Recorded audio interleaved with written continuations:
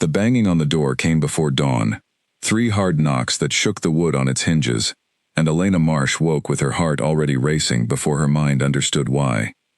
She sat up in bed, blanket clutched to her chest, listening to boots outside her window, more than one pair, moving with the kind of purpose that never meant good news. She had lived in Ashford Hollow her whole life, a small village tucked against the edge of Blackthorn territory, and she knew the sound of ordinary visitors. This was not that. She reached the door just as it opened without her permission, and 2 men in dark uniforms stepped inside, filling the small room with the smell of rain and leather. Behind them stood a 3rd figure, taller, quieter, watching her with eyes that missed nothing. "Elena Marsh," the lead soldier said, not as a question. "Who is asking?" Her voice came out steadier than she felt. "You are to come with us, by order of the Crown." For a moment she thought it was a mistake, some clerical error meant for another house, another name. But the way the soldiers stood, blocking the only exit, told her this was not a mistake. Her hands trembled as she reached for her shawl, more from confusion than fear, though the fear was building fast. "I have done nothing wrong," she said. "There must be some confusion." "No confusion," the quiet man said, stepping forward into the candlelight. His voice was low, controlled, the voice of someone used to being obeyed without question. "You are needed at the castle. Tonight." She studied him properly now. He was not dressed like the soldiers, though he carried himself with more authority than either of them combined. His coat was dark, well made, the kind of fabric she had only seen on merchants passing through on their way to the capital. But it was his eyes that unsettled her most, a pale gold color that seemed to glow faintly in the low light, unnatural in a way she could not explain. "Who are you?" she asked. "That will be explained when we arrive," he said. "We do not have time to waste standing here. Get your coat." Something in his tone told her that arguing would accomplish nothing. She had heard stories about the Blackthorn court, whispered over market stalls and shared in hushed voices at the tavern.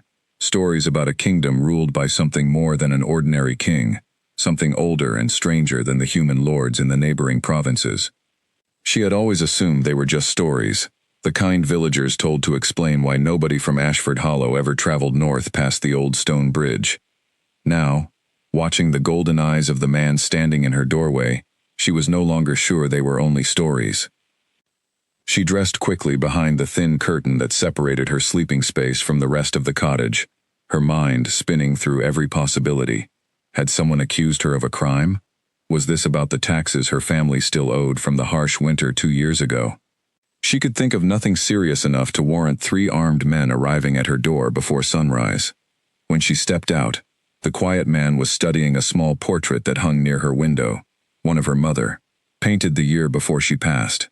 He did not turn around immediately, and for a brief moment, Elena saw something flicker across his face, in the reflection of the glass, something that looked almost like recognition, though she could not say why. "Your mother," he said. It was not a question. "She died 3 years ago." Elena felt a strange defensiveness rise in her chest, protective of the one thing in the room that was truly hers. What does she have to do with any of this? He turned then, and for the first time she saw his full expression, calculating, unreadable, the look of a man weighing information he had not expected to find. "Perhaps everything," he said. "We will discuss it on the road. There is little time before the sun rises, and I would rather we were inside the castle walls before then. You still have not told me your name." A pause. Then, with the faintest incline of his head, as though the admission cost him something, he said, "Alexander Voss." The name landed like a stone dropped into still water. Even in a village, as far removed from politics as Ashford Hollow, everyone knew the name of the Alpha King.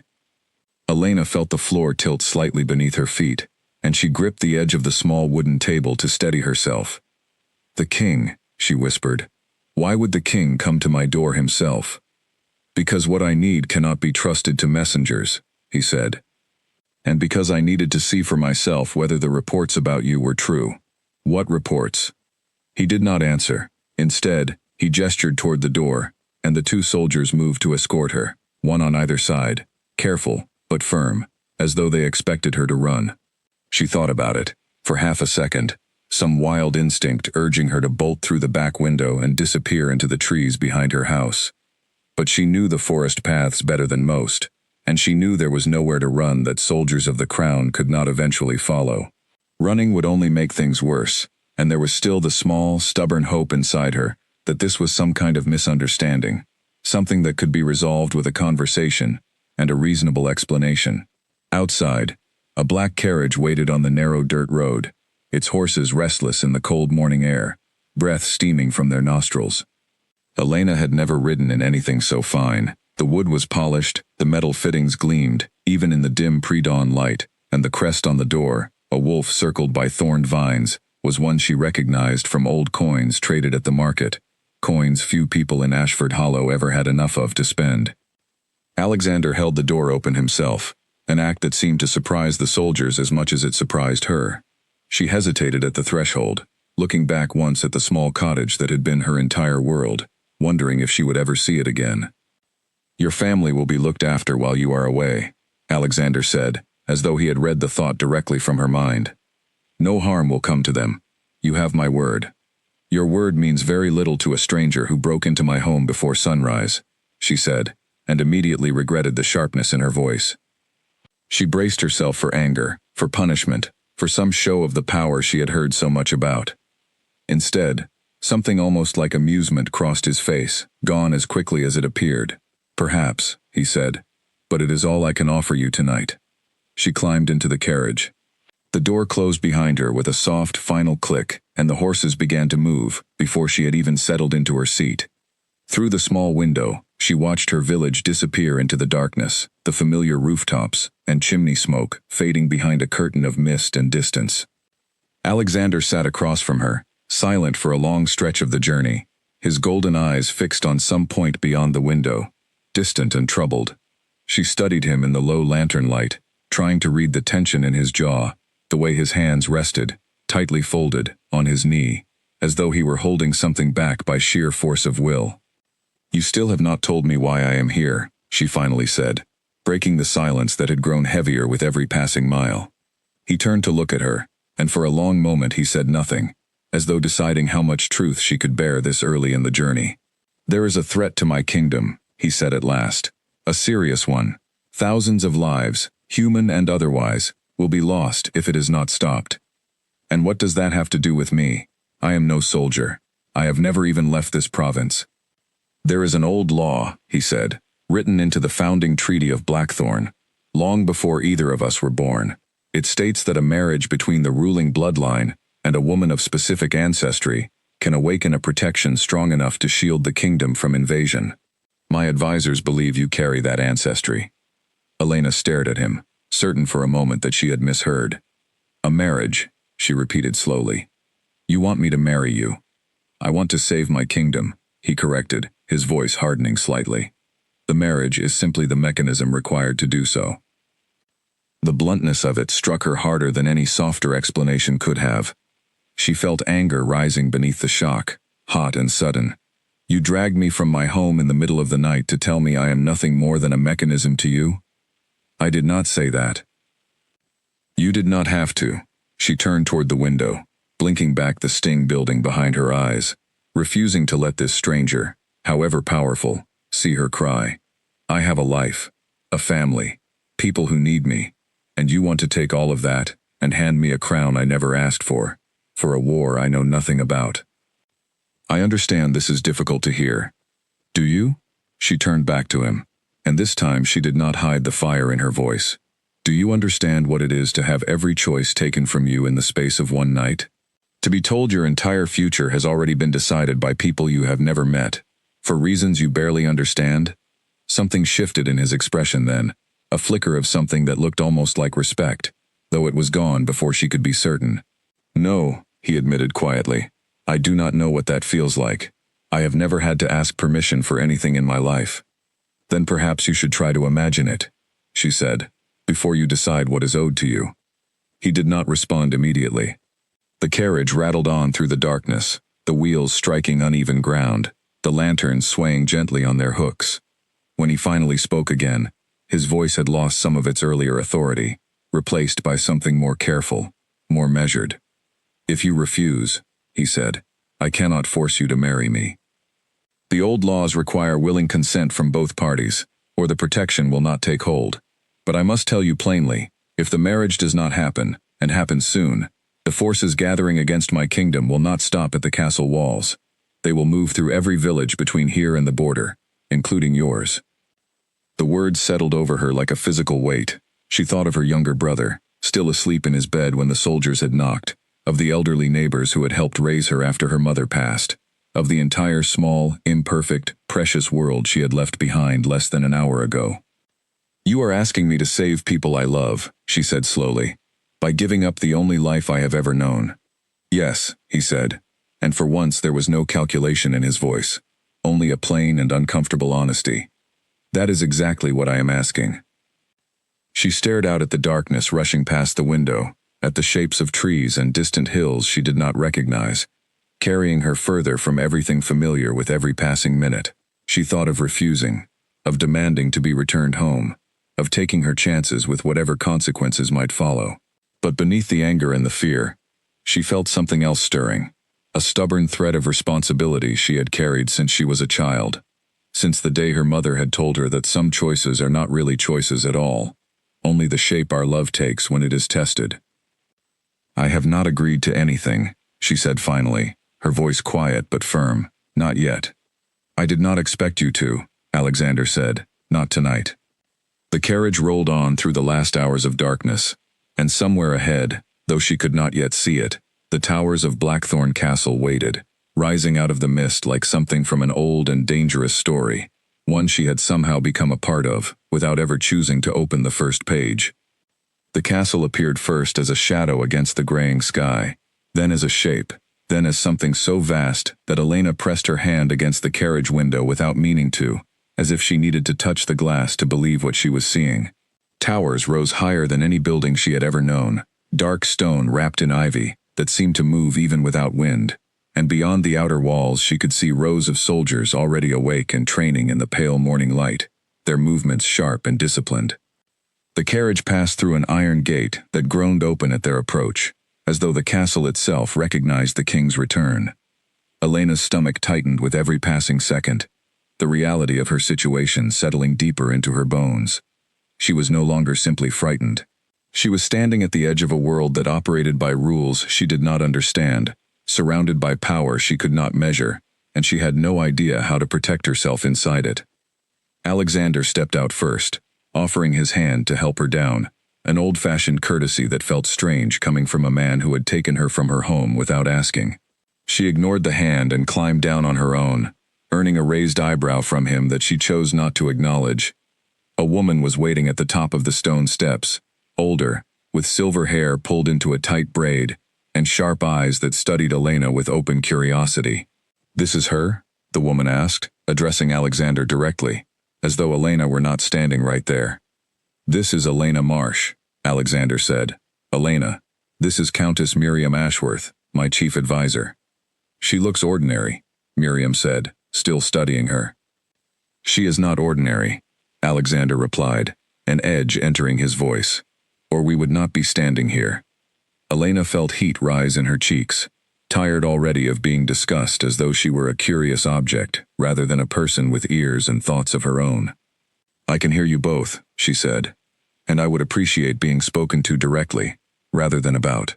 Miriam's eyebrows lifted, and for a moment, Elena feared she had made a terrible mistake, speaking so boldly to someone clearly important in this world she barely understood. But then something shifted in the older woman's expression, something that looked almost like approval. "Good," Miriam said. "A woman without a voice would be useless to us anyway." She turned and began climbing the steps. "Come. There is much to explain, and very little time to explain it in." They walked through halls that seemed to stretch endlessly, lined with portraits of stern-faced men and women Elena assumed were past rulers of Blackthorn, their painted eyes following her as she passed.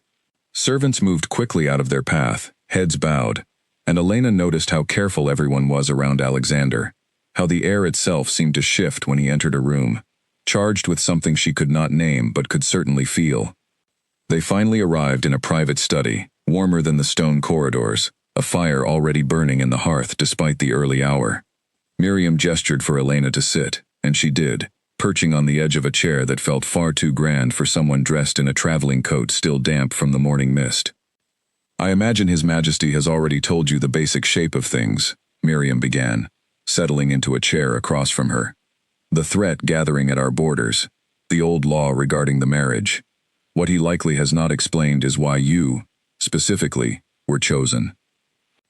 "I would like to know that," Elena said. "Very much." Miriam glanced at Alexander, who gave a small nod, permission granted for whatever was about to be revealed.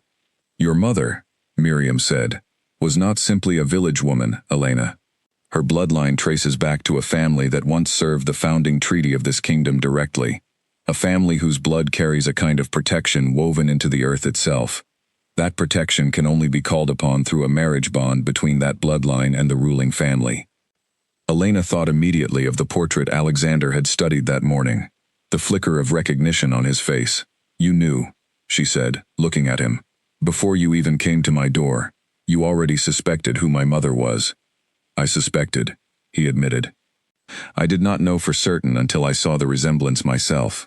And you did not think to mention this before asking me to give up my entire life?" "I did not think it would change your answer," he said. "Only how you felt about giving it." The honesty of the statement stung more than any lie could have. Elena looked down at her hands, twisted together in her lap, trying to process the idea that her mother, quiet and gentle and utterly ordinary in every way Elena had ever known her, had been carrying a secret large enough to reshape an entire kingdom's fate. "Why did she never tell me?" Elena asked, though she suspected no one in the room could truly answer that question. "Perhaps she wanted you to have an ordinary life," Miriam said gently, her tone softening for the first time since the conversation began. "Perhaps she hoped this day would never come." Elena felt the sting of tears again, sharper this time, grief mixing with confusion, and a strange, unwelcome kind of anger toward a mother who could no longer explain herself. She pressed her palms against her eyes for a moment, willing herself to stay composed in front of these strangers, who already held so much power over her future. "I need time," she said finally, lowering her hands. "I cannot simply agree to marry a man I met 4 hours ago, because an old law says I am supposed to." "Time is the one thing we do not have in abundance," Alexander said, though there was less impatience in his voice now than there had been in the carriage. "But I will not force your consent. If you truly refuse, I will find another way to protect my people, difficult as that may be." "How much time can you give me?" He considered the question carefully. 3 days, he said. "After that, our scouts believe the enemy forces will be within striking distance of our outer villages. I cannot risk waiting longer than that." 3 days, to decide the entire shape of her future. Elena almost laughed at the absurdity of it, except there was nothing remotely funny about the weight pressing down on her chest. "And if I agree," she said slowly, "what happens to me? What kind of life am I agreeing to?" Miriam answered before Alexander could. "You would be Queen of Blackthorn. You would have influence, protection, resources, beyond anything you have ever known. But you would also be a target, for enemies of the crown, for those within these walls who resent an outsider taking the throne, and for the burden of a title you did not grow up training for." "That is an honest answer," Elena said. "Thank you for that, at least." "I find honesty saves time in the long run," Miriam said, "even when it is unpleasant to hear." Elena turned to Alexander again, studying his face in the firelight, trying to see past the crown and the title, to whatever man existed underneath. "If I agree to this," she said, "I want conditions of my own." Something flickered across his expression, surprise perhaps, or something closer to interest. "Go on."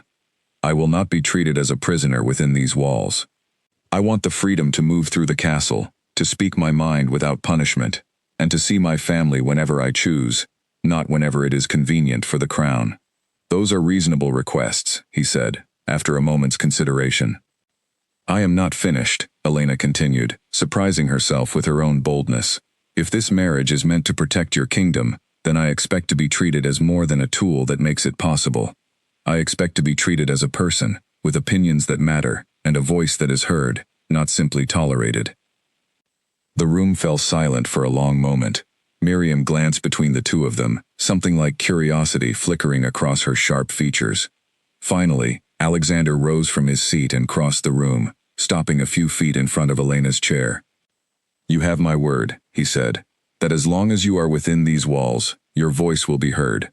I cannot promise every member of this court will respect that, but I will." It was not everything she wanted. It was not certainty, or comfort, or the life she had imagined for herself only yesterday morning. But it was something solid to hold on to, a single promise from a man whose kingdom's survival depended on her answer, and for now, exhausted and overwhelmed and far from everything familiar, it was enough to make her consider saying yes. "I need to think," she said quietly. "Please, just give me tonight." "Of course," Alexander said, and something in his voice, some rare note of gentleness, made her look up at him one more time before she was shown to the room that would be hers for however long she remained within these walls, deciding the fate of a kingdom she had never asked to be part of. The room they gave her was larger than her entire cottage back home, with a bed draped in deep blue fabric and windows overlooking a courtyard where soldiers still trained despite the late hour, their movements sharp against the gray morning light. Elena sat on the edge of the bed for a long time without moving, staring at her own hands, trying to make sense of a day that had turned her entire life upside down before the sun had even fully risen. A soft knock interrupted her thoughts. A young woman entered carrying a tray of food, her uniform simple but neat, her eyes kind in a way that felt different from the careful, guarded expressions Elena had encountered so far. "I brought you something to eat," the young woman said, setting the tray on a small table near the window. "You must be hungry after such a long journey." "Thank you," Elena said, surprised by the small kindness. "I do not think I caught your name." "Grace," the young woman said, offering a shy smile. "I have been assigned to help you while you are here, if that is agreeable to you." "It is more than agreeable," Elena said. "It is the first thing today that has felt like a choice, rather than an order." Grace laughed softly, a warm and genuine sound that eased some of the tension in Elena's chest. "The castle can feel like a cage at first," she admitted, lowering her voice slightly. "Especially for someone who was not born into it. But it is not always as cold as it seems on the surface. Have you worked here long?" "Since I was a girl. My mother served the previous queen, before she passed." Grace hesitated, glancing toward the door as though checking for anyone listening. "If I may say so, my lady, the whole castle is talking about you already, about what your arrival might mean. None of it good, I imagine. Some of it is curious. Some of it is hopeful. The people have been afraid for a long time, ever since the threats began building at the border. If there truly is a way to protect the kingdom, most of them will welcome it, whatever form it takes." Elena considered this as she picked at the food on the tray, warm bread and roasted vegetables that smelled far richer than anything she typically ate at home. "And the king?" she asked carefully. "What do the people think of him?" Grace's expression grew more thoughtful. "He is respected," she said. "Feared, by some. But he has never been cruel, not the way some rulers can be. He works himself half to exhaustion, trying to keep this kingdom safe. I have seen him in this castle at hours, when everyone else has long gone to sleep, still reviewing reports, still planning. That does not sound like the cold, calculating man I met this morning." "Perhaps that is simply the face he shows to strangers," Grace said gently. "It is not always the whole truth of a person." The words stayed with Elena long after Grace left the room, quiet and thoughtful, sitting in her chest like a small stone she could not quite set down. She thought about the flicker of vulnerability she had glimpsed in Alexander's expression during their conversation in the study, the way his voice had softened when he promised to hear her, the strange contradiction between the powerful, distant king everyone whispered about, and the man who had chosen to knock on her door himself, rather than send soldiers alone. That night, unable to sleep, she wrapped a blanket around her shoulders and made her way out into the corridor, drawn by some restless need to move rather than sit alone with her thoughts. The castle at night felt different, quieter, the portraits along the walls cast in shifting shadow from the torches lining the halls. She wandered without any real direction, simply grateful to be moving, until she found herself standing before a set of tall doors, leading out to what appeared to be a garden. The night air was cold but clean, carrying the scent of late blooming flowers and damp earth. Elena walked along a stone path lined with hedges trimmed into careful shapes, her bare feet cold against the ground, though she barely noticed the discomfort. She was so lost in thought that she nearly collided with someone standing near a small fountain at the center of the garden.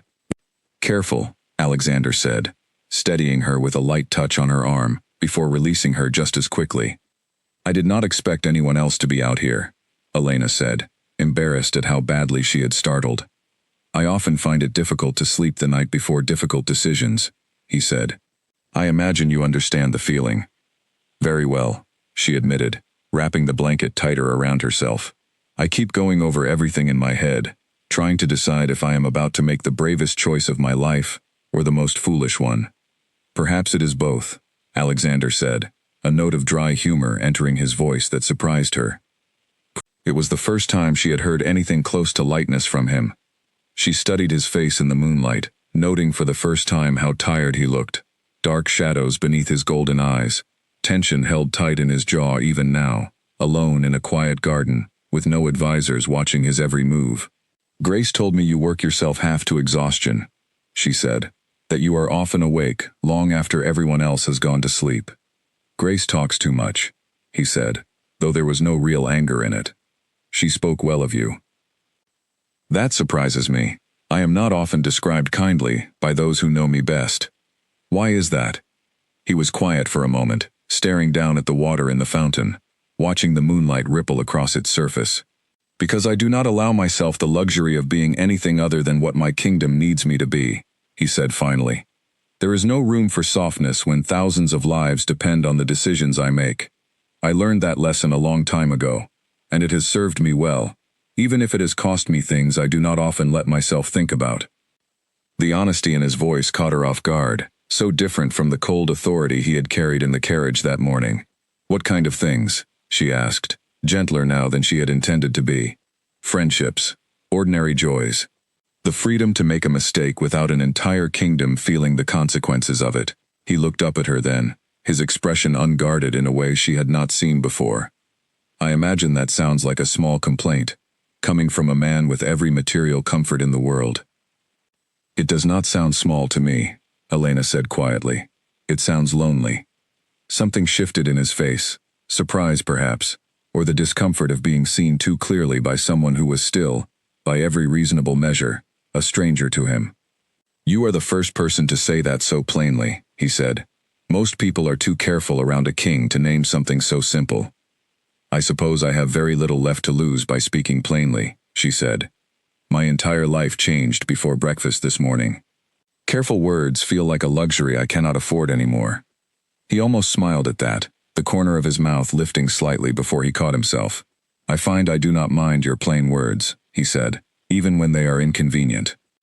They stood together by the fountain for a long while after that, talking about smaller things, the flowers in the garden that only bloomed at night, the way the castle sounded different after midnight, the strange comfort of two exhausted people finding common ground in the quiet hours, when the rest of the world had gone to sleep.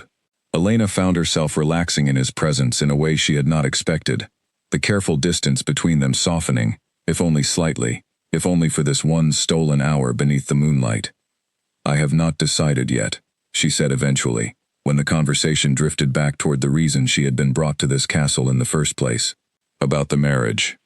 "I know," he said. "I am not asking you to decide tonight. But you need an answer soon."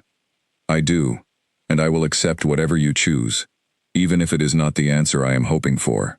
He paused, and something in his voice grew quieter, more careful. "I would rather you choose this freely, Elena, even if it costs my kingdom everything, than force you into a life you did not want. I have seen what happens to marriages built on nothing but obligation. I do not wish that fate on either of us." The use of her name, spoken so simply and without any formal title attached to it, settled something in her chest she had not realized was still unsettled. She looked at him for a long moment, seeing past the crown and the weight of his responsibilities to the tired, lonely man standing beside her in the dark. "Thank you," she said softly, "for saying that. It is only the truth." She left him by the fountain, a short while later, making her way back to her room, with her mind quieter than it had been since the soldiers first knocked on her door. She still did not know what she would decide. But for the first time since this impossible day began, the choice no longer felt like a trap closing around her. It felt, however strangely, like something she might actually be able to make on her own terms. The next morning, Elena requested a meeting with Countess Miriam, and this time she came with questions of her own, careful and specific, about the exact nature of the protection the marriage was meant to create, about what would be required of her beyond the wedding itself, about whether there was any version of this arrangement that might allow her some measure of the life she had always imagined for herself. Miriam answered each question with the same blunt honesty she had shown the day before, and by the time the conversation ended, Elena understood far more than she had that first exhausting morning, though understanding did not make the decision any easier to reach. That evening, she asked to see her family. Alexander arranged it without hesitation, sending a carriage to bring her younger brother and elderly aunt to the castle grounds under careful guard. The reunion was brief but powerful, her brother clinging to her with the fierce, uncomplicated love of a child who did not fully understand what was happening, only that his sister had been taken away, and was now, impossibly, standing in front of a castle larger than their entire village. "Are you safe here?" her aunt asked quietly, studying Elena's face with the same sharp attention she had used to raise her since childhood. "I think so," Elena said, and found, to her own surprise, that she meant it. "I think I might actually be safe here. And the king? What kind of man is he?" Elena thought of the fountain in the moonlight, the tired honesty in Alexander's voice, the promise he had made to hear her even when it was inconvenient. "I do not know him well yet," she said slowly, "but I do not think he is the man the stories make him out to be. I think there is more to him than that." Her aunt studied her for a long moment, something knowing in her expression that made Elena's cheeks warm slightly. "Be careful, child," she said gently. "Not of him necessarily, of yourself. It is easy to mistake gratitude, or fear, or even loneliness, for something deeper. Make certain, whatever you decide, that it is truly your own heart leading you, and not simply the strangeness of these circumstances." The words stayed with Elena long after her family departed, tucked away in her mind alongside every other piece of this impossible day. That night, lying awake in the grand, unfamiliar bed, she thought of her mother's hidden bloodline, of the kingdom trembling on the edge of a threat she barely understood, of the tired king who had spoken to her so honestly beneath the moonlight, and of the promise she had made to herself only days earlier, that whatever choice she made, it would be hers alone, freely given, not simply the shape her fear or her duty forced upon her. By morning, she had made her decision. She found Alexander in his study before the household had fully woken, the fire already lit despite the early hour, papers spread across his desk in careful, orderly rows. He looked up when she entered, something guarded in his expression, as though he had learned not to hope for outcomes he could not control. "I have decided," Elena said, standing straight in the doorway, her voice steadier than she felt. "I will marry you." For a moment he said nothing, simply studying her face, as though searching for any trace of doubt or coercion hidden behind her words. "You are certain?" he asked finally. "I am certain that I am choosing this," she said, "not because I am without fear, and not because I fully understand everything that is being asked of me, but because I believe, after these last 2 days, that this is a choice I can live with, and because I think, strange as it sounds, that you might actually keep the promises you have made to me." Something eased in his shoulders, a tension she had not fully realized he was carrying until it began to lift. "Then I will spend every day proving that belief was not misplaced," he said quietly. Word spread through the castle quickly after that, and by midday the preparations had already begun, an urgency to everything now that a firm answer had finally been given.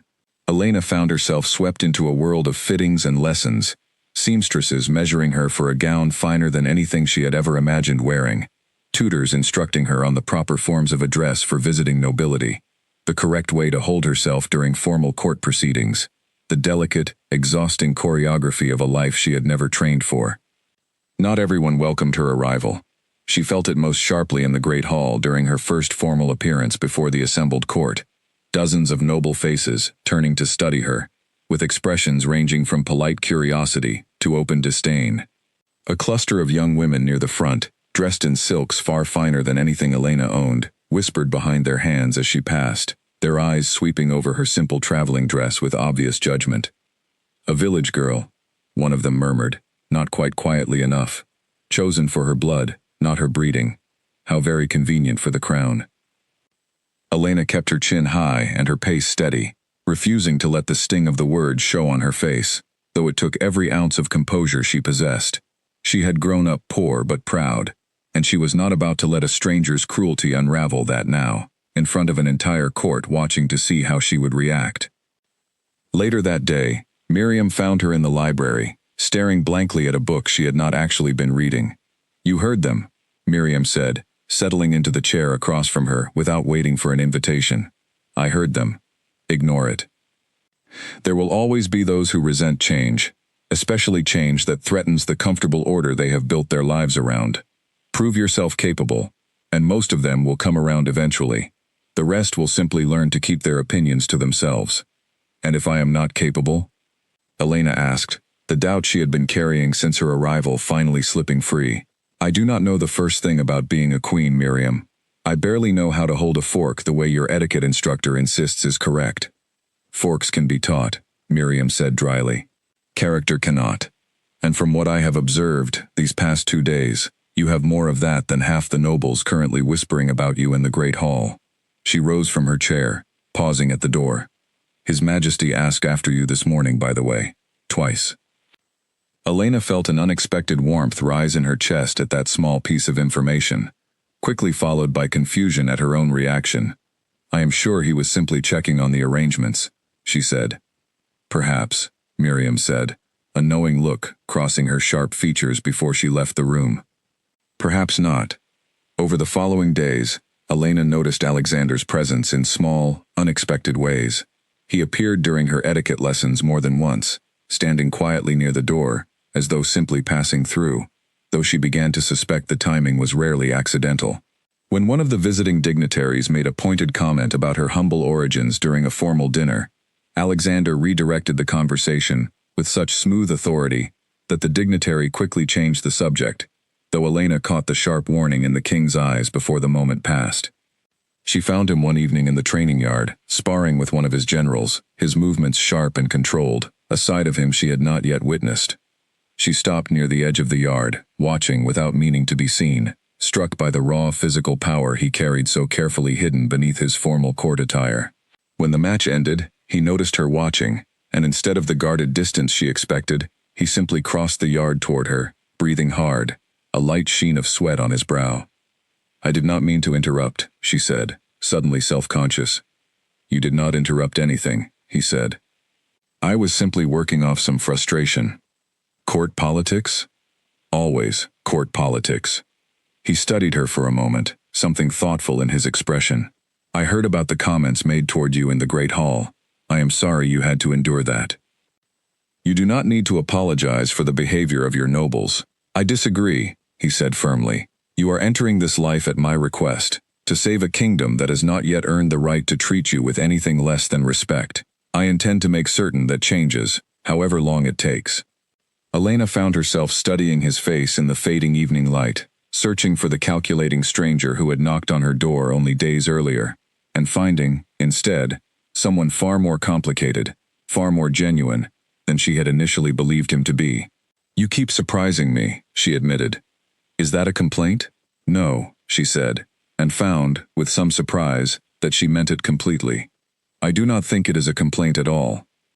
The wedding preparations continued at a relentless pace over the following week, but Elena found herself looking forward, quietly and without quite admitting it to herself, to the small moments that punctuated the exhausting schedule, the brief conversations with Alexander during passing hours, the shared glance across a crowded dining hall, the growing sense that whatever this marriage had begun as, it was slowly becoming something neither of them had fully expected. Not everyone in the castle shared her cautious optimism. Late one evening, returning from a fitting that had run long into the night, Elena overheard 2 servants speaking in hushed tones near the kitchen entrance, their voices carrying further than they likely intended in the empty corridor. "They say the enemy forces have doubled since the announcement of the wedding," one of them whispered, as though they know exactly how much time we have left. "Do you think the marriage will actually work? The old protections, I mean. It has been generations since anyone tried to call on them." I do not know, but I know the king would not risk everything on a chance this uncertain, unless he believed it was the only option left. Elena stood frozen in the shadows of the corridor, the weight of the conversation settling heavily over her. She had known, in an abstract sense, that the threat facing Blackthorn was serious, but hearing it spoken so plainly by servants who had no reason to exaggerate the danger made it feel suddenly, terrifyingly real. She was not simply marrying a king. She was standing at the center of a desperate gamble, one that thousands of lives depended on succeeding. She found Alexander later that night in his study, the same place she had given him her answer only days before. He looked up as she entered, immediately reading the tension in her face. "What is it?" he asked, rising from his desk. "I overheard the servants talking," she said, "about the enemy forces, about how uncertain this all is." He was quiet for a long moment, weighing how much honesty to offer. "It is uncertain," he admitted finally. "The old law has not been tested in generations. There is a possibility, however small, that the protection will not take hold the way we hope. And if it does not, then we will face the invasion with whatever forces we have, and I will do everything in my power to protect this kingdom regardless." He crossed the room, stopping close enough that she could see the exhaustion still lingering beneath his composed expression. "I will not lie to you and pretend this is a certainty, Elena, but I believe, with everything I am, that it is our best chance. And I am deeply grateful that you are willing to take that chance alongside me." She studied his face, searching for any hint of the calculating stranger from that first morning, and found, once again, only sincerity looking back at her. "I am frightened," she admitted quietly. "So am I," he said, and the honesty of the confession settled something anxious in her chest, the shared vulnerability of it easing the isolation she had been carrying since the moment the soldiers first knocked on her door. "But I would rather face this fear standing beside someone I have come to trust than facing it entirely alone." The word trust hung in the air between them, quiet but significant, a small and unexpected gift neither of them had anticipated giving only days earlier. Elena left the study that night with her fears not entirely eased, but softened somehow, carried a little more lightly now that she understood she was not facing them by herself. The garden had become her refuge over the following days, the one place within the castle walls where the weight of court expectations seemed to lift, if only for a few stolen minutes at a time. Elena found herself returning there most evenings, drawn by the quiet and the memory of that first honest conversation by the fountain, and more often than not, she was not alone for long. Alexander began joining her without either of them ever formally arranging it, his presence becoming a quiet constant in her evenings, something she found herself anticipating with a warmth she did not fully examine. Tonight, he arrived later than usual, his expression carrying the particular exhaustion of a man who had spent the entire day buried in reports and difficult decisions. "Long day?" she asked, making room for him on the stone bench beside the fountain. "Long week," he admitted, settling beside her with a tired sigh that seemed to release some of the tension he had been carrying since morning. "The scouts have confirmed the enemy forces are moving faster than we anticipated. We may have less time than I originally estimated." "How much less?" "Perhaps 10 days, possibly fewer." He rubbed a hand across his face, and for a moment, he looked less like the powerful, composed king everyone in the castle feared and respected, and more simply like a man carrying an impossible burden alone. "The wedding has been moved forward. I am sorry for the shortened notice. I know the preparations have already been demanding enough." "Do not apologize," Elena said.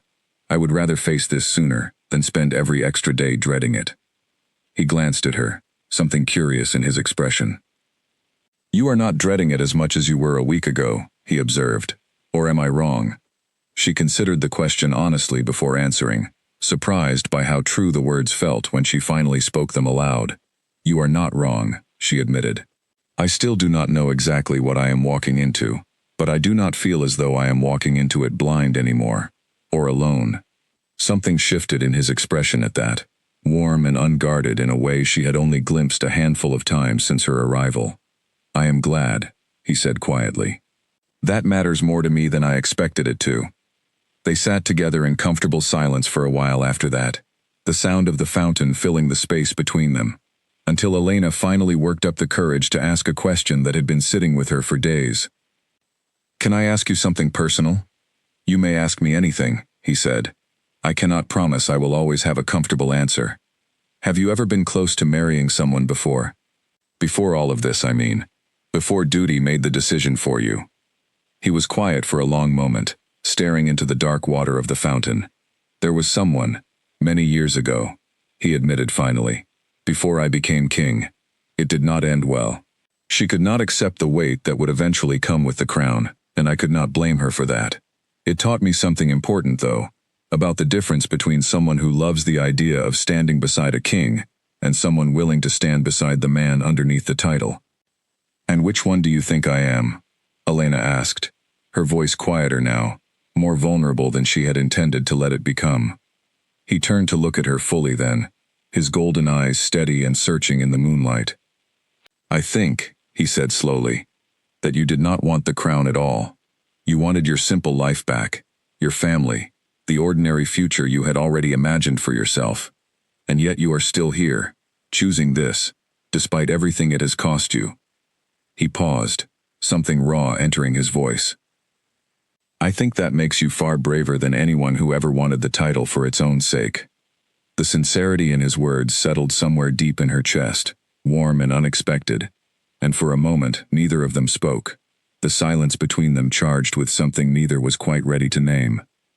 Elena felt the careful distance she had maintained since her arrival softening further, the walls she had built to protect herself from this impossible situation, growing thinner, with every honest conversation, every small kindness, every stolen hour in this quiet garden.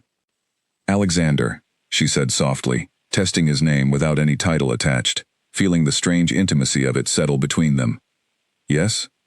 I am glad it was you who knocked on my door that morning.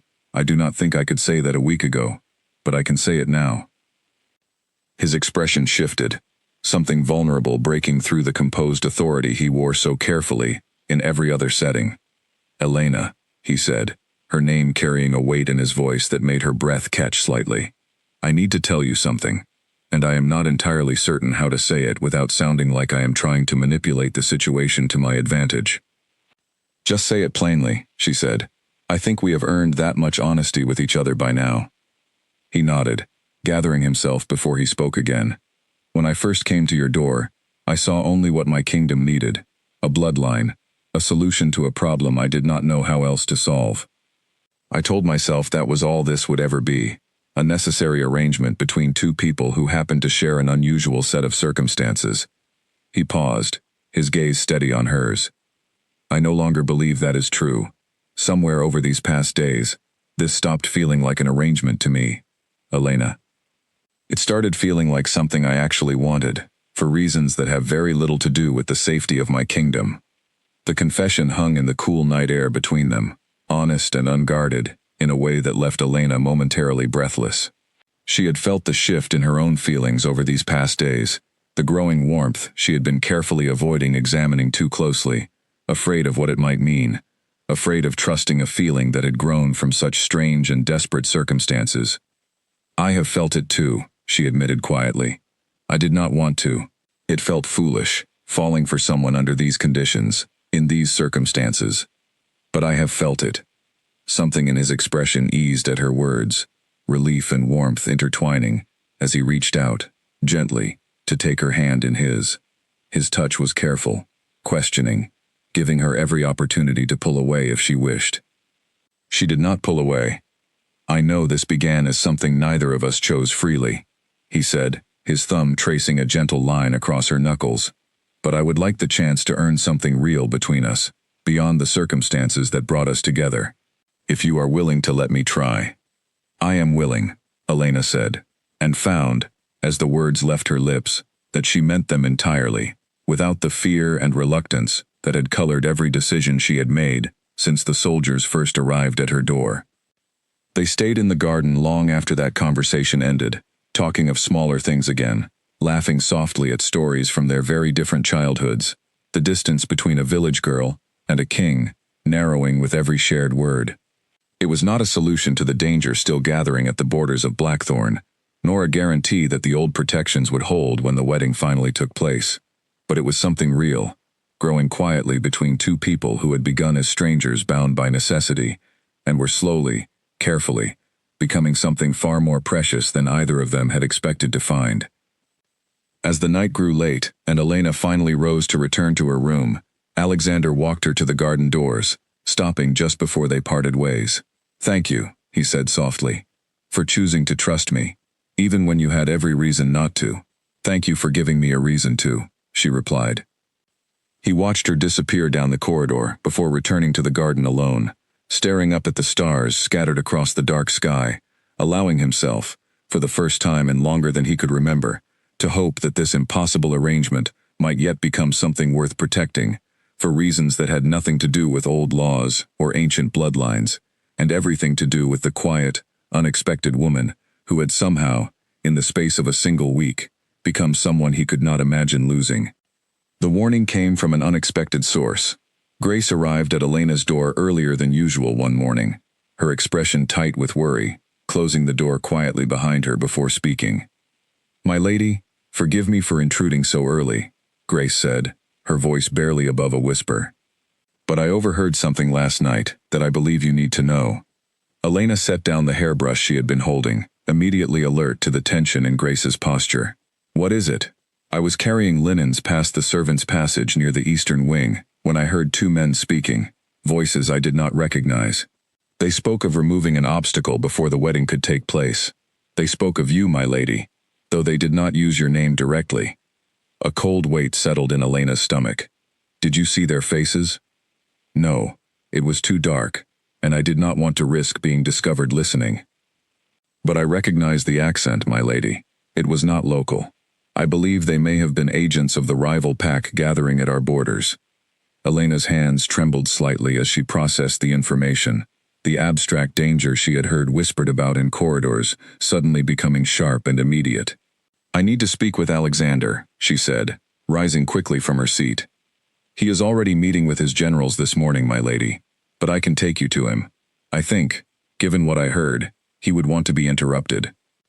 They found Alexander in the war room, bent over a large map spread across the central table, surrounded by his generals and Miriam, all of them speaking in low, urgent tones about troop movements and border defenses. He looked up immediately when Elena entered, reading the tension in her expression before she had spoken a single word. "What has happened?" he asked, already crossing the room toward her. Elena relayed what Grace had overheard, watching Alexander's expression harden with each passing sentence. The warmth she had grown accustomed to seeing in his eyes, replaced by something colder, more dangerous, a side of him she had not yet witnessed directly. "Double the guard around Elena's chambers immediately," he said, turning to one of his generals without hesitation. "No one enters or exits without proper clearance, and I want a full sweep of the eastern wing before nightfall. If there are agents within these walls, I want them found." "Yes, Your Majesty," the general said, already moving to carry out the order. Miriam stepped closer, her sharp eyes studying Elena carefully. "This confirms what we feared," she said. "The enemy understands the significance of the wedding better than we hoped they would. They will not simply wait at the border for the ceremony to conclude. They will try to prevent it from happening at all." "Then we increase security around her at every hour," Alexander said, his voice carrying a controlled fury Elena had not heard from him before. "I will not lose her to some coward hiding in the shadows of my own castle." The certainty in his voice, the fierce protectiveness underlying every word, sent an unexpected warmth through Elena, despite the danger of the situation, a reminder of how far their relationship had grown from that first cold morning in her cottage doorway.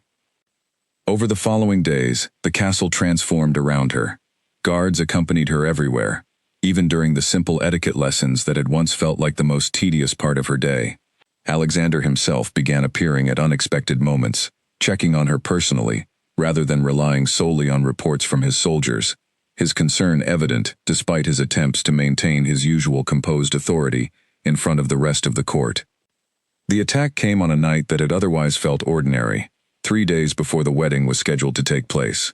Elena had retired early, exhausted from a long day of final fittings, and had fallen into a deep sleep almost immediately after closing her eyes.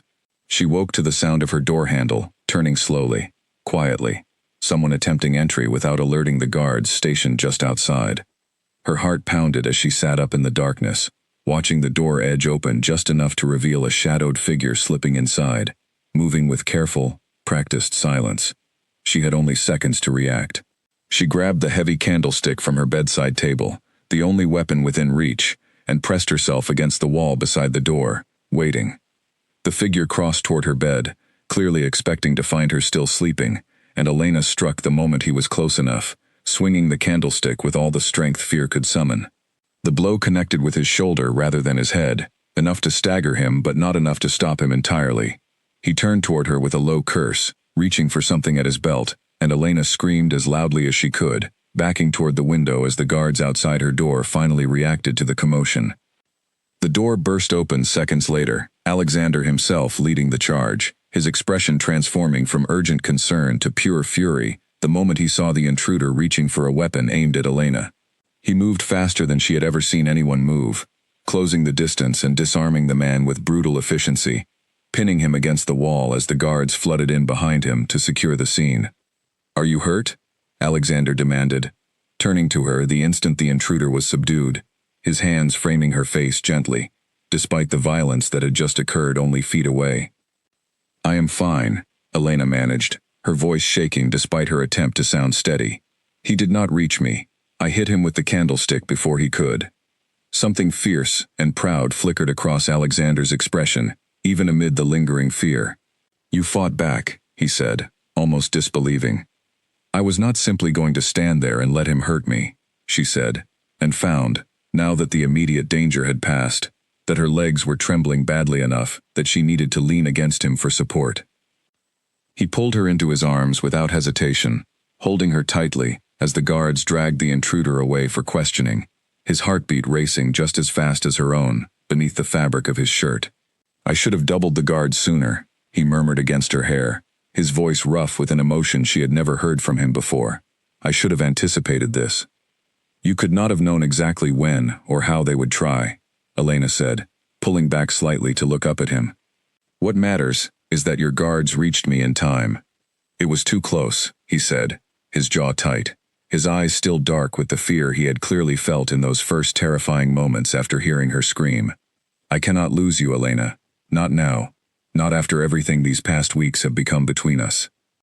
The rawness of the admission, spoken in the aftermath of genuine danger, settled deeply into her chest. She reached up, gently touching his face, feeling the tension still coiled tight in his jaw beneath her palm.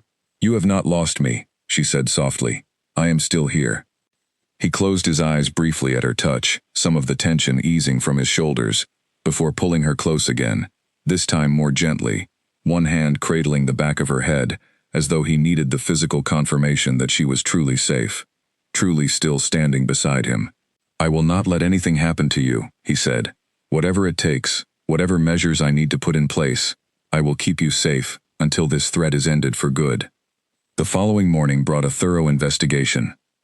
The captured intruder, under careful questioning, confirmed what Grace had overheard days earlier, revealing that he had been sent by agents connected to the rival pack gathering at the border, with orders to prevent the wedding by any means necessary, believing that Elena's death would eliminate the threat the old protective law posed to their planned invasion. The revelation only strengthened Alexander's resolve. He moved the wedding preparations into an even higher state of urgency, determined to complete the ceremony before any further attempts could be made, while simultaneously increasing the defenses around the entire castle, in preparation for the larger conflict everyone now understood was rapidly approaching regardless of what the wedding itself might accomplish. Elena found herself changed by the experience, in ways she had not expected. The fear lingered, understandably, in quiet moments alone, but beneath it, she discovered a new resolve, a stubborn determination not to let the danger define the choice she had already made freely. She had chosen this path, chosen Alexander, chosen to stand at the center of this dangerous, uncertain situation, and she refused to let an assassin's failed attempt shake that resolve now. That evening, she found Alexander in the garden once more, though the atmosphere between them felt different now, weighted by the danger they had narrowly survived together. He rose the moment he saw her approaching, immediately reaching for her hand, as though needing the physical reassurance of her presence beside him. "I have been thinking," she said, settling beside him on the familiar stone bench, about what almost happened last night. As have I, he admitted, his thumb tracing gentle circles against her hand. More than I would like to admit. It frightened me, she said honestly. More than anything has frightened me since the soldiers first knocked on my door. But it also made something very clear to me. What is that? She turned to look at him fully, her expression steady despite the vulnerability of what she was about to say. That I am not simply choosing this marriage out of duty anymore, Alexander. I am choosing you. I would still choose this path, even knowing the danger involved, because I cannot imagine walking away from what has grown between us these past weeks. His expression softened into something achingly tender, and he lifted her hand to his lips, pressing a gentle kiss against her knuckles. Then we will face whatever comes together, he said quietly. Whatever the enemy attempts next, whatever the wedding itself requires of us, we will face it as partners, not simply as a king fulfilling an obligation, and a woman caught in circumstances beyond her control. Partners, Elena repeated softly, testing the weight of the word, finding that it fit far more comfortably than she had expected it to. They sat together as the stars emerged fully over the castle grounds, the danger of the previous night still lingering at the edges of their thoughts, but softened now by the quiet certainty growing steadily between them. A bond forged not simply by ancient laws and desperate necessity, but by genuine trust, hard-won through fear and honesty, and the slow, careful building of something neither of them had expected to find in circumstances so unlikely. 3 days remained before the wedding, when Alexander summoned Elena to a chamber she had not yet visited, tucked deep within the oldest section of the castle, where the stone walls felt older, colder, carved with symbols she did not recognize, worn smooth by centuries of hands tracing the same protective patterns. An elderly woman waited inside, dressed in simple gray robes, her white hair falling loose around a face lined with age and quiet wisdom. "This is Isolde," Alexander said, guiding Elena into the room with a gentle hand at her back. "The royal seer. She has served this kingdom's rulers for longer than anyone currently living can properly account for." Isolde studied Elena with pale, clouded eyes that seemed to see far more than their milky surface suggested. "So this is the one," she murmured, circling Elena slowly, examining her with an intensity that made Elena distinctly uncomfortable. "Yes, the blood runs true in her, even diluted as it has become across the generations. Isolde has been examining the old texts regarding the protective ward," Alexander explained, his expression carrying a tension Elena had not seen from him since the night of the attempted attack. "She has found something important, something we need to discuss before the wedding proceeds any further." Elena felt a familiar apprehension rising in her chest, the sense that whatever news was coming would once again reshape the careful understanding she had built of her circumstances. "What have you found?" she asked, turning to face the old seer directly. Isolde settled into a worn wooden chair near the center of the room, gesturing for both of them to sit across from her before she began speaking, her voice carrying the weight of ancient knowledge carefully preserved. "The treaty that founded this kingdom speaks of a marriage bond awakening protection for the land," she said, "but the texts have always been vague on one crucial point, a point I have only recently uncovered in a set of older records, long forgotten in the deepest archives." "And what point is that?" Alexander asked, his voice tight with barely contained impatience. "The marriage itself is not sufficient," Isolde said plainly. "A ceremony, a legal bond, vows spoken before witnesses, none of this alone will awaken the protection your kingdom needs. The old magic requires something far more difficult to manufacture through law or duty.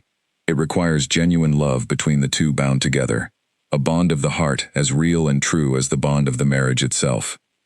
The room fell silent for a long moment, as the implications settled over them. Elena glanced at Alexander, searching his expression for signs of panic or doubt, finding instead something more complicated, a careful stillness that suggested he was working through the same question weighing on her own mind. "How can such a thing be measured?" Elena finally asked.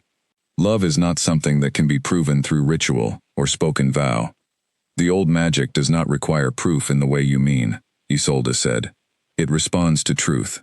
If the love spoken during the ceremony is genuine, the ward will awaken, as the treaty describes. If it is merely dutiful, merely performed for the sake of the kingdom's survival, the ward will remain dormant, and your enemies will find no barrier standing between them and these walls." Then everything depends on something neither of us can force into existence through effort alone, Alexander said, his voice carrying a rare note of genuine uncertainty. If the feeling is not already true between us by the time the vows are spoken, no amount of preparation or ceremony will change that outcome. Isolde's clouded eyes moved between them with an unsettling perceptiveness. I have watched many bonds form and fail across the many years I have served this crown, she said slowly. And I will tell you plainly, Your Majesty, that what I observe between the two of you already carries more warmth than duty alone typically produces. But warmth is not the same as certainty, and the days remaining before your ceremony are few. After Isolde departed, Elena and Alexander remained in the quiet chamber, the weight of the revelation settling heavily between them. Elena felt an unexpected vulnerability creeping through her chest. The private feelings she had been nurturing carefully these past weeks, suddenly exposed to the harsh light of political necessity once more. This changes things, she said quietly. Does it? Alexander asked, turning to study her carefully. I do not believe what I feel for you has changed, simply because we now understand it carries greater consequence than we previously realized. But now there is pressure attached to it, Elena said, the old fear resurfacing despite her best efforts to suppress it. What if what we feel is not enough? What if the ancient magic can somehow tell the difference between something real and something we have simply convinced ourselves is real, because the stakes demand it? Alexander reached for her hand, holding it firmly, despite the doubt clouding her expression. Elena, look at me, he said, waiting until she raised her eyes to meet his. I told you in the garden that what I feel for you has nothing to do with the kingdom's survival. That remains true, regardless of what Isolde has revealed today. I did not fall for you because an ancient law demanded it. I fell for you despite every effort I made to keep this arrangement purely practical, because you refused to let me hide behind my crown, because you saw the man underneath it and chose to stay anyway. His words eased some of the anxiety tightening in her chest, though a quiet worry remained, the fear that even genuine feelings might somehow prove insufficient when tested against forces neither of them fully understood. I believe you, she said softly, and I know what I feel for you is real, but I am frightened, Alexander. Frightened that fear itself, worry over the wedding, over the danger, over everything hanging in the balance, might somehow taint whatever the old magic is searching for. Then let us not think of the wedding as a test to pass, he said gently, lifting her hand to press a soft kiss against her palm. Let us think of these final days simply as time to spend together, building whatever exists between us honestly, without the pressure of proving anything to ancient magic or anxious advisors. Whatever grows naturally between us in these days will be exactly what it needs to be. Over the following 2 days, Alexander made a deliberate effort to set aside the formal duties that had consumed nearly every waking hour since Elena's arrival, delegating what he could to his generals and advisors, carving out time to simply be present with her, rather than treating every interaction as a step toward the political necessity awaiting them. They walked the castle grounds together in the mornings, shared quiet meals away from the formal dining hall and its watching court, and talked long into the evenings about everything and nothing, childhood memories, small dreams neither of them had ever spoken aloud to another person, fears and hopes that had nothing to do with kingdoms or ancient bloodlines. Elena found herself falling deeper with each passing hour, the careful walls she had maintained since her arrival, dissolving further with every honest conversation, every unguarded laugh, every moment Alexander chose her company over the endless demands of his crown. She watched him during these quiet days in ways she had not allowed herself to before, noticing the small kindnesses he extended to servants who crossed his path, the genuine warmth beneath his formal exterior when he believed no one important was watching, the exhaustion he carried so quietly, shouldering the weight of an entire kingdom's survival without ever asking anyone to acknowledge the toll it took on him. On the second evening, they found themselves back in the garden, the familiar setting of so many of their most honest conversations, the fountain trickling softly beside them as the sky darkened overhead. Alexander turned to her with an expression more vulnerable than she had ever seen from him, even during the frightening aftermath of the attempted attack on her life. I need to tell you something, he said, and I find, strangely, that this feels more difficult to say than anything I have faced on a battlefield. You can tell me anything, Elena said, reaching for his hand. I love you, he said simply, the words carrying none of the formal weight she might have expected from a king, only plain, unguarded truth. Not because an ancient law requires it, not because my kingdom's survival depends on it, but because you are the first person in longer than I can remember to make me feel like a man, rather than simply a title. I love you, Elena, entirely apart from anything this marriage is meant to accomplish. Tears gathered in Elena's eyes, warm and unexpected, as she absorbed the sincerity of his confession. I love you too, she said, her voice thick with emotion. She no longer felt any need to hide. I did not expect to. I fought against it, honestly, for longer than I probably should have, frightened of exactly this moment, frightened of how much power these feelings would eventually hold over me. But I love you, Alexander, completely, and entirely apart from any kingdom or ancient bloodline. He pulled her close, pressing his forehead gently against hers, and for a long moment, neither of them spoke, simply breathing together in the quiet garden, the weight of the confession settling into something solid and certain between them. When he finally kissed her, softly, carefully, as though she were something precious he was still afraid of frightening away, Elena felt every remaining doubt about the wedding dissolve, replaced by a quiet, steady certainty that whatever awaited them in the coming days, they would face it together, bound by something far more powerful than duty or ancient law. Whatever happens at the ceremony, Alexander murmured against her hair, know that this, right now, is already real. The ward may or may not awaken as we hope, but this love is not conditional on that outcome. It exists regardless. I know, Elena said softly, pressing closer against him. I believe you, and I believe in this, whatever comes. They remained in the garden long into the night, the ancient magic and its uncertain requirements fading into the background of their thoughts, replaced by the simple, profound truth of two people who had begun as strangers, bound by desperate necessity, and had somehow, against every reasonable expectation, found something genuine and lasting growing between them, ready now to face whatever the wedding day would bring. The kingdom's nobles gathered for a formal banquet the following evening, an event Miriam had arranged deliberately, insisting that Elena needed to be seen publicly beside Alexander before the wedding, not simply as a political necessity, but as someone the court could learn to respect. Elena dressed carefully that night, choosing a deep green gown that Grace had helped select, simple compared to the elaborate fashions favored by the noble women who would fill the hall, but elegant in a way that felt authentically hers, rather than a costume borrowed for the occasion.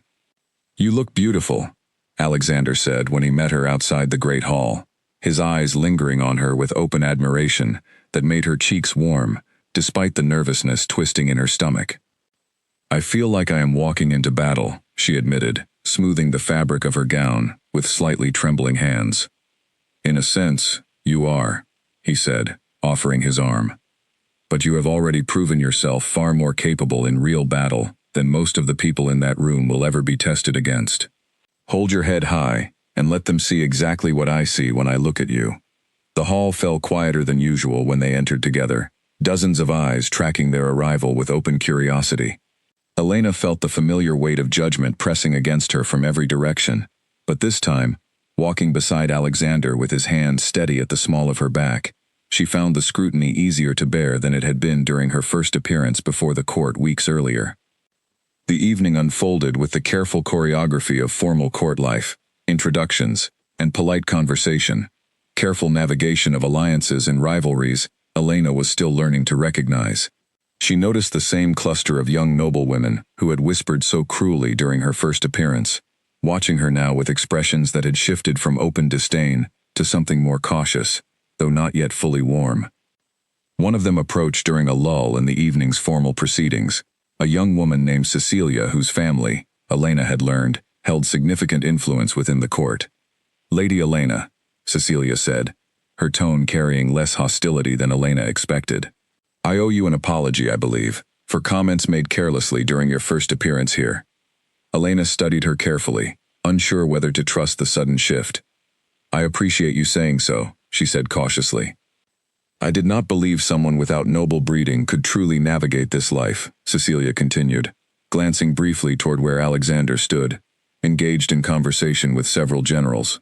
But I have watched you these past weeks, watched how you have handled yourself despite everything thrown at you, and I find myself reconsidering my assumptions. His Majesty looks at you the way I have never seen him look at anyone in all the years I have attended this court. The genuine observation, offered without the calculation Elena had come to expect from court interactions, settled warmly in her chest. Thank you, she said. That means more than you probably realize. As the evening progressed, Elena found herself relaxing further, engaging in conversations that felt less like careful performances and more like genuine exchanges, the court's initial hostility softening gradually as she demonstrated, through simple honesty and quiet confidence, that she was far more than the political necessity many had assumed her to be.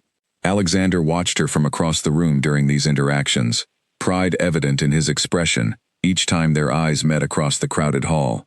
Later, during a rare quiet moment together near the edge of the hall, Alexander leaned close, his voice low enough that only she could hear. "You are winning them over," he murmured.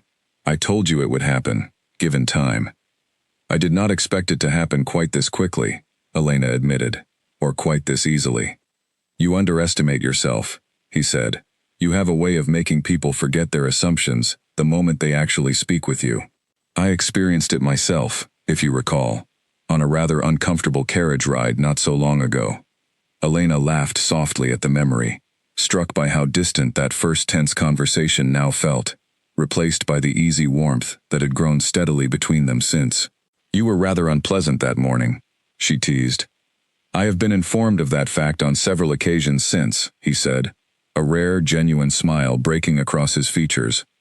"I am attempting to make amends for it, one garden conversation at a time."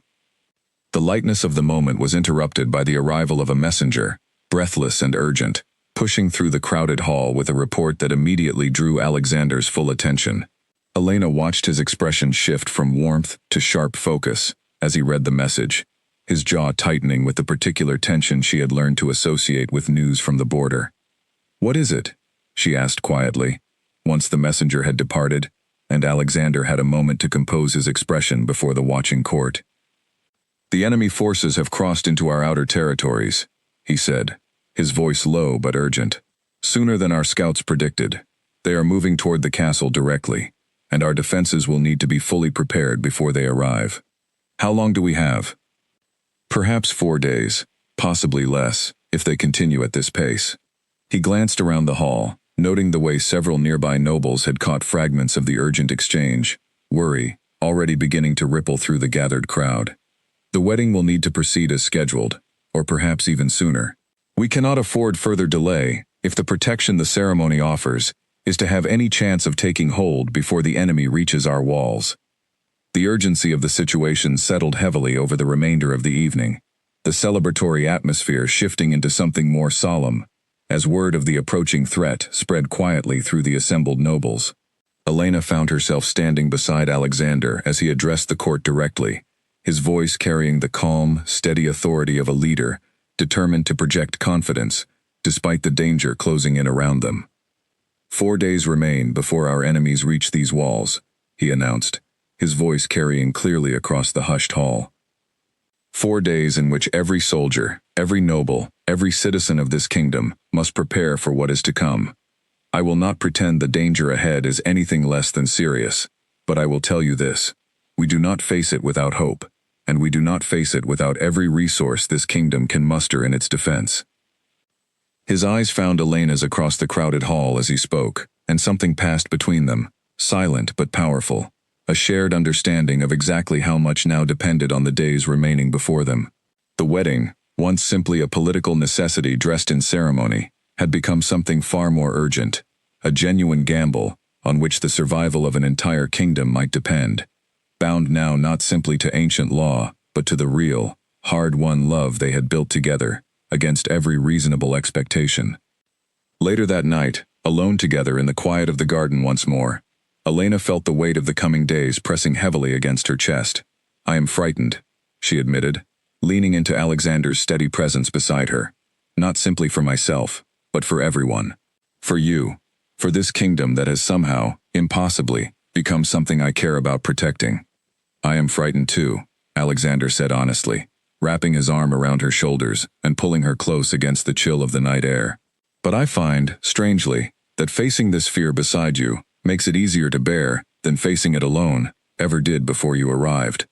We will get through this, Elena said, though she was uncertain whether she was reassuring him or herself.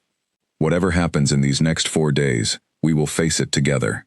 Together, he agreed, pressing a soft kiss against her temple. Whatever the outcome, that much has already become certain between us, regardless of ancient magic or approaching armies.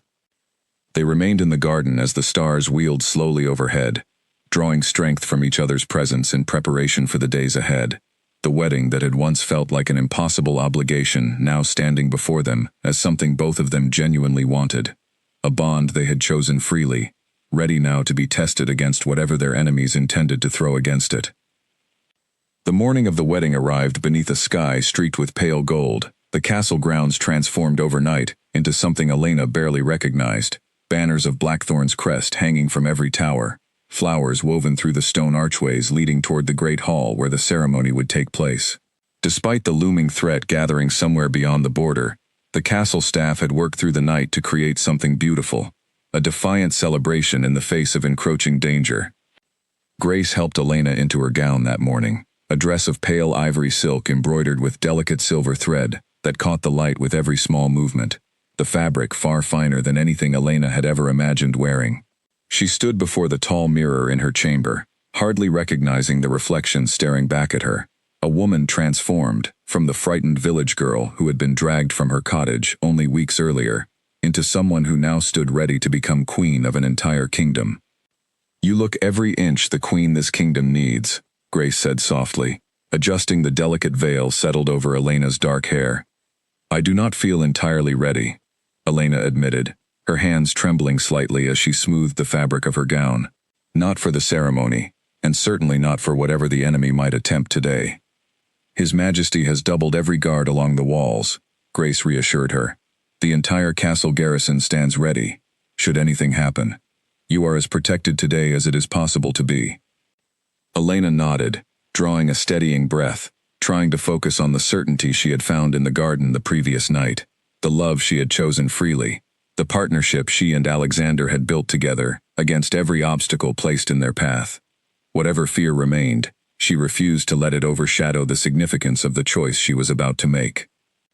The ceremony was scheduled to take place in the Great Hall, transformed for the occasion, with white flowers cascading from every archway, and rows of seating filled with nobles from across the kingdom. Their earlier hostility toward her, largely softened over these past weeks, into something closer to genuine welcome.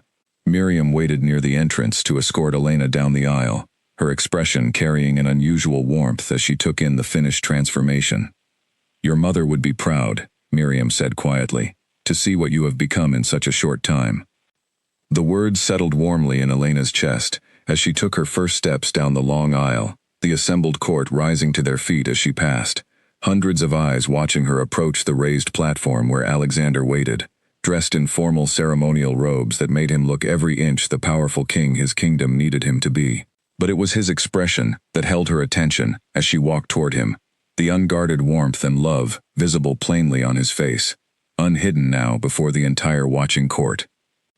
She had nearly reached the platform when the first explosion shattered the peaceful morning, the sound tearing through the great hall as the far wall erupted inward in a shower of stone and dust, screams rising immediately from the assembled guests as chaos replaced the careful ceremony in an instant.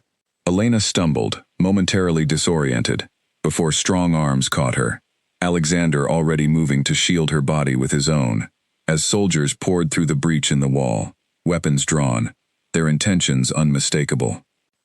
Get her to safety, Alexander shouted to the nearest guards, even as he positioned himself protectively in front of Elena, his own weapon already drawn from beneath his ceremonial robes. I am not leaving you, Elena said fiercely, refusing to be pulled away, despite the guards attempting to guide her toward the exit. The great hall had descended into pure chaos, nobles scrambling for the exits, while castle guards clashed with the invading soldiers who had breached the wall, the elegant wedding decorations now scattered and trampled beneath the desperate fighting. Elena watched, heart pounding, as Alexander moved with lethal precision against the attackers pressing toward them, his movements sharp and controlled despite the panic erupting all around him. Miriam appeared at Elena's side, pulling her back from the immediate fighting, while still keeping her close enough to observe the unfolding battle. "This is exactly what we feared," Miriam said grimly. They knew the ceremony would be vulnerable, knew exactly when to strike, to cause maximum chaos.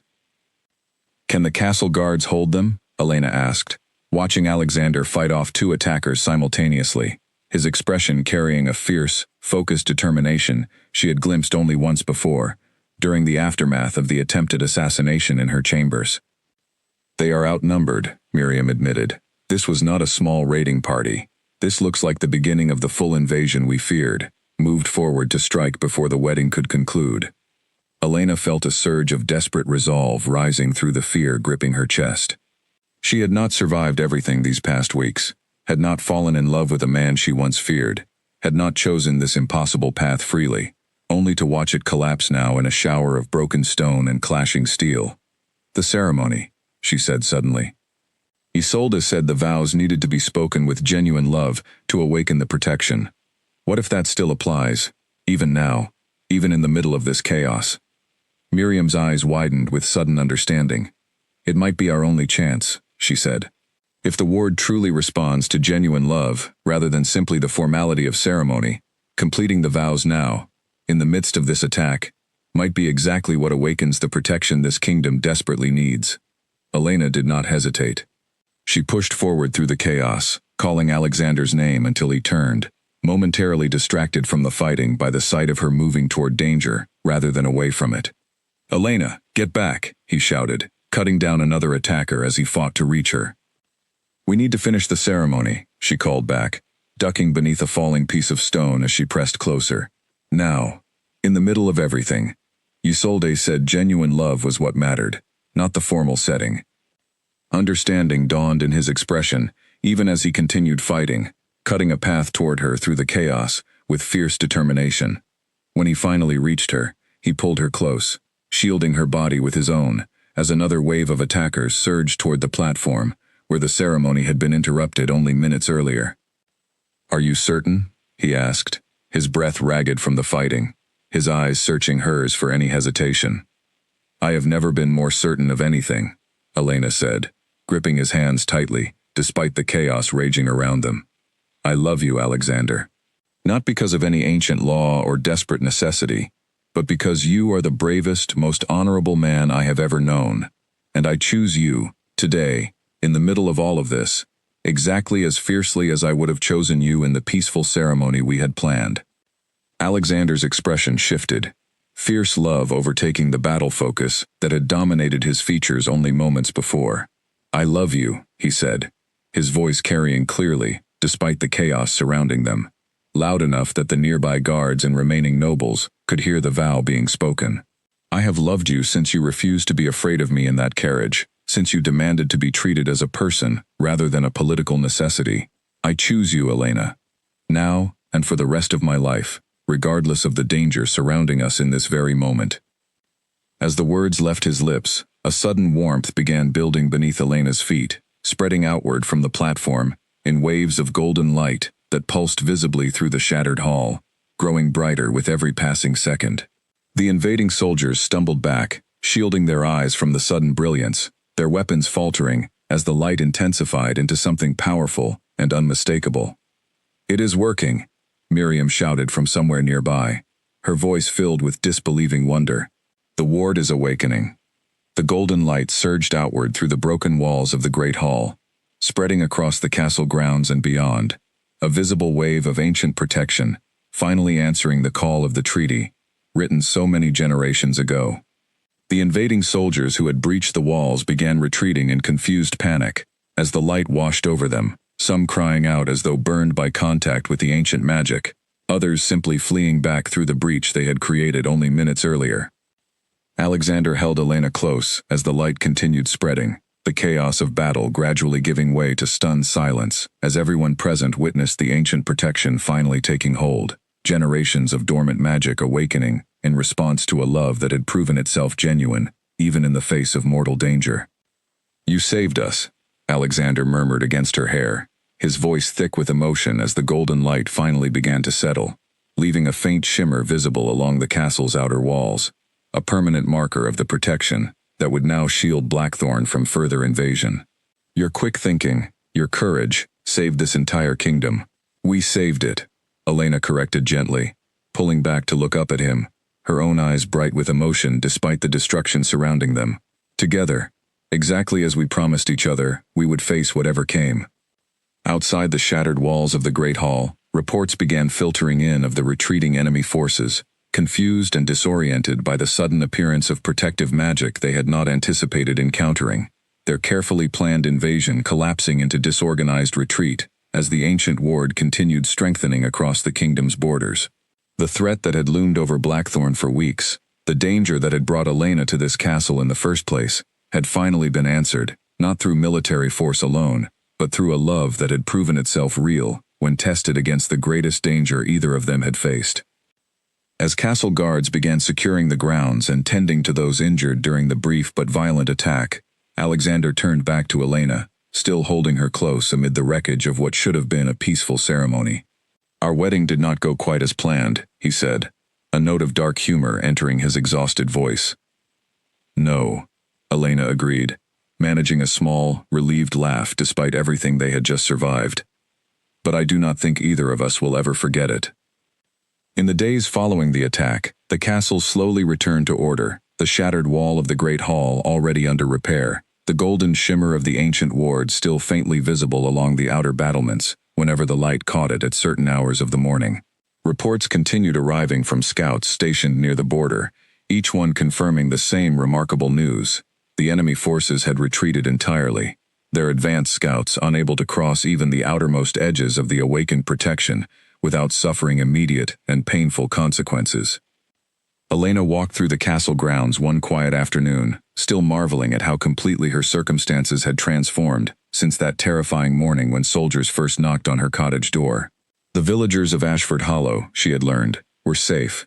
The threat that had once endangered her entire community, now permanently held at bay by the very ceremony she had once feared, would cost her everything. She found Alexander in the war room, though the atmosphere there had shifted considerably from the tense urgency of previous weeks. Instead of poring over battle strategies, he was reviewing reports of the kingdom's recovery, rebuilding efforts already underway across the territories that had briefly feared invasion. The border villages report no further enemy activity, he said, looking up as she entered, a warmth in his expression that had become the constant backdrop to every interaction between them since the attack. It appears the ward's protection is exactly as absolute as Isolde had promised, provided the love behind it remained genuine. And is it? Elena asked, a teasing note entering her voice as she crossed the room toward him. Genuine, I mean. You already know the answer to that, Alexander said, rising from his desk to meet her, pulling her into a warm embrace that had become as familiar and necessary as breathing over these past transformative weeks. Though I am happy to keep proving it to you, for as many years as you will allow me the privilege. Miriam arrived shortly after, carrying a stack of documents that required the king's attention, though her expression carried far more warmth toward Elena now than it had during that first tense meeting weeks earlier.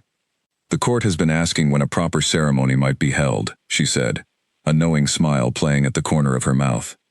Given that the previous attempt was somewhat interrupted.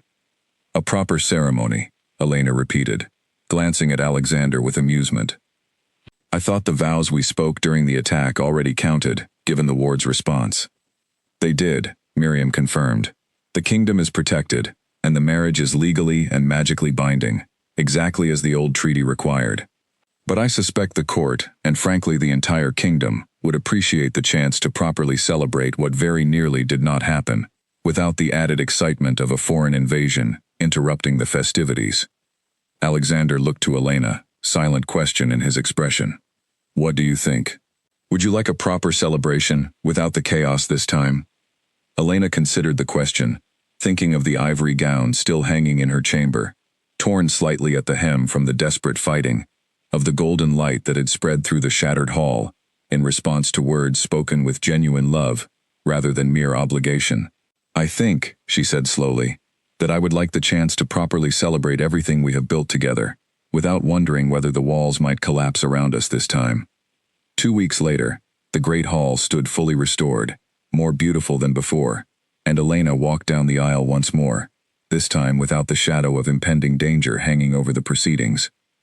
The court that had once regarded her with open suspicion now watched with genuine warmth as she approached the platform, many of them having witnessed firsthand the courage and quick thinking that had saved the entire kingdom from an invasion no one had believed could be stopped. Alexander waited for her exactly as he had before, though his expression this time carried none of the tension that had colored their first attempted ceremony, only pure, unguarded joy as he watched her approach. When she finally reached him, he took her hands in his, steady and warm, and the words they spoke this time carried the same genuine love that had awakened the ancient ward weeks earlier, though now spoken in peace rather than chaos.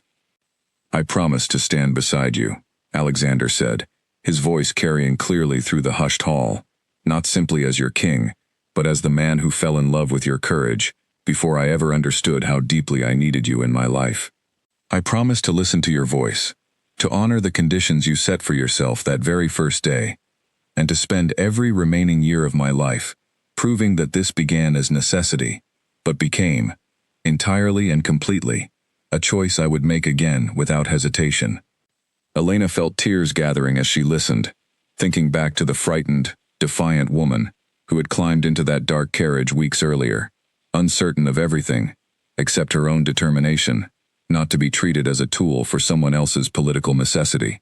"I promise," she said, her voice steady despite the emotion swelling in her chest, "to remain exactly who I am, the woman you met that first morning, plain-spoken and unwilling to be anything less than honest with you. I promise to stand beside you through whatever challenges this kingdom faces, not because ancient law demands it, but because I choose you, freely and completely, exactly as I chose you when everything around us was falling apart."